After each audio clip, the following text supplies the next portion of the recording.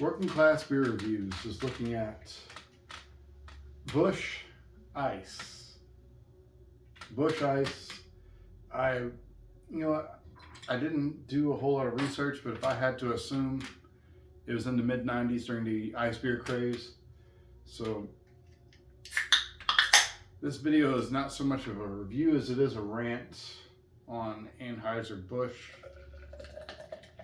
Got a nice lager glass here. I'm giving it its due diligence, its due process, I guess you could say. So 5.9% Busch. I mean, everybody knows Busch. It's been around since the mid-50s on up. This probably came out in the mid-90s during the ice beer craze, 95. 93 was probably the earliest ice beer. Is either Ice House or Bud Ice, one of those. But anyway, after that, everybody started doing ice beers.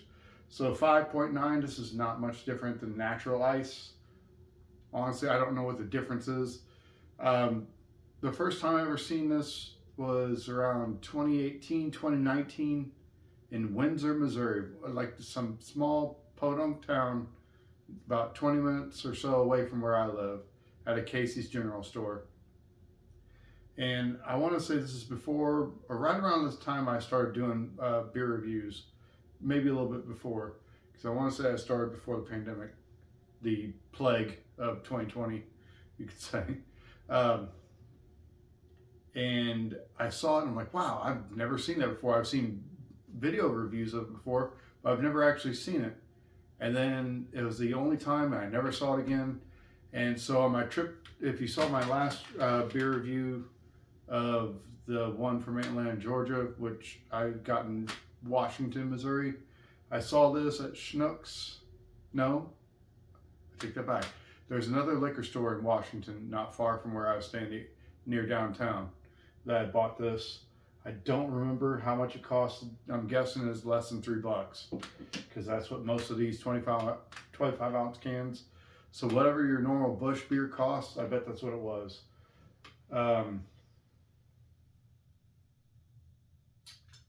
don't know why they make this,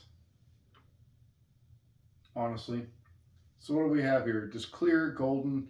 It looks like Busch. I mean, it probably looks like natural ice.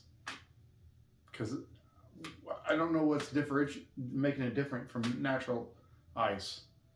5.9, everything's the same. You know, barley, malt, dextrose, corn, rice. It could have all of it in there. You know, it could just have corn. So why would you buy this if you can just buy natural ice for cheaper, especially in the 18 pack, 24 pack, whatever.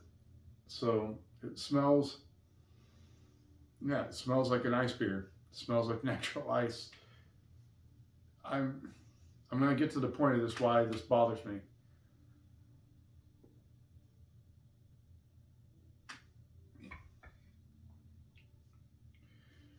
It tastes like an ice beer. It tastes like a normal lager, just a little bit stronger, a little more graininess to it. You know, 5.9, that's obviously almost pretty much another percent above a normal average beer. It's a lager. My complaint, my favorite beer in the world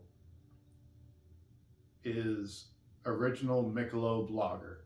I live in Missouri. Anheuser-Busch InBev, whatever. Anheuser-Busch is based out of St. Louis, Missouri.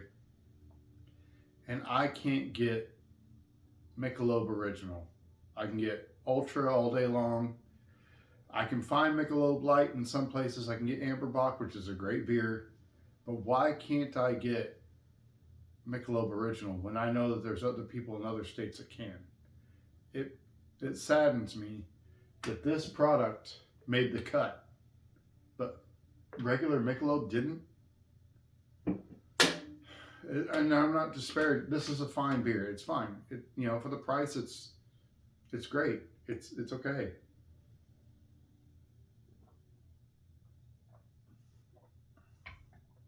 I go, you know, 2 hours away or more, and I find this. but I can't find my favorite beer from a distributor in my own state, from a producer, major worldwide company in my own state. I can't find the product that I want, but just a few years ago, well, I would say it's probably been close to two, maybe a year or two ago, that Louisiana Beer Reviews did a review on Michelob Original Lager. Granted, they've changed the recipe. Used to be all malt, then they had adjuncts, and they went back to all malt. So I don't know what it is anymore, if they, whatever what they produce. I miss the old days of the curvy glass of Michelob. That set it apart. And back when Michelob was first produced, or when it was really popular, other companies were trying to catch up. They're like, yeah, we kind of need our own highbrow, high-end, lager compared to the standard one. There was Ondecker by Pabst, Erlanger for Schlitz. I don't know if Miller had something special on their own. Coors had Extra Gold for a bit, and they quit that before the plague. So, yeah, I figured that I could use this as a platform, because there's nothing wrong with this beer, but it's mundane. If I was to put this next to natural ice, I don't think I could tell the difference.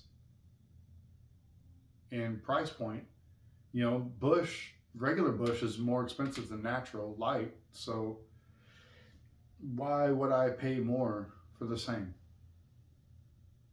It makes no sense. The marketing on this it's just weird. So I honestly doubt that Anheuser-Busch is ever going to look at this. Ice beers are a good budget beer. They're a little stronger. They're not like a malt liquor, because of the process. I don't think they're as high of calories as like a malt liquor would be. So if you're going to get a close to 6% beer, and you don't want it to be just bloat you up and be full of calories and carbs and everything, ice beer is the way to go, because it's just a lager that's been kind of reduced down. One of my first videos I ever did was Milwaukee's Best Ice, I want to say, and I equated ice beer to like chicken stock. So you start off with your all your ingredients, and you boil it down until it gets concentrated. So that's what.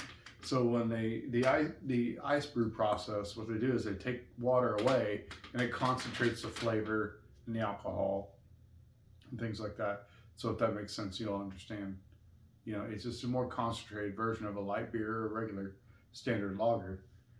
So I have nothing against Busch, but and if you see my other Busch videos, it's in a weird like middle ground. Like, what purpose does it serve? But the numbers don't lie.